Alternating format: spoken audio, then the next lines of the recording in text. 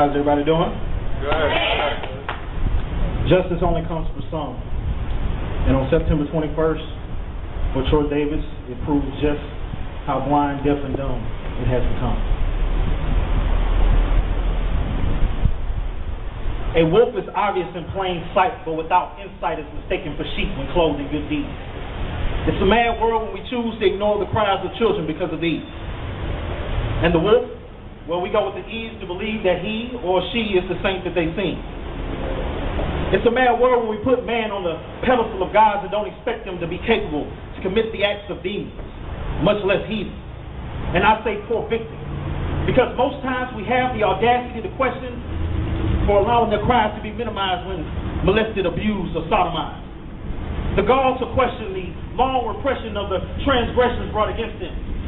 And it's looking grim when even to an open ear the loudest whispers for help are muffled by fear. And to the eye it brings a tear. Because the sheer truth is that we instill it when we put so much faith in the man with a cloth and or pulpit. And it seems like the church only wants to protect it. Child says, "Forgive me, Father, for I have sinned." Priest replies with breath on child's skin, "You are forgiven, honey. Say a few Hail Marys and spend a few minutes along with me in my study." Innocence made muddy. Stained so deep that Clorox and OxyClean can't even get out. Makes me want to shout. Damn. See, kids aren't even safe with their own family. And no, I'm not talking about crossing swords or kissing cousins. I'm talking a dozen times more perverse. And even worse, the nights of being awakened by this pervert, hands in your underpants.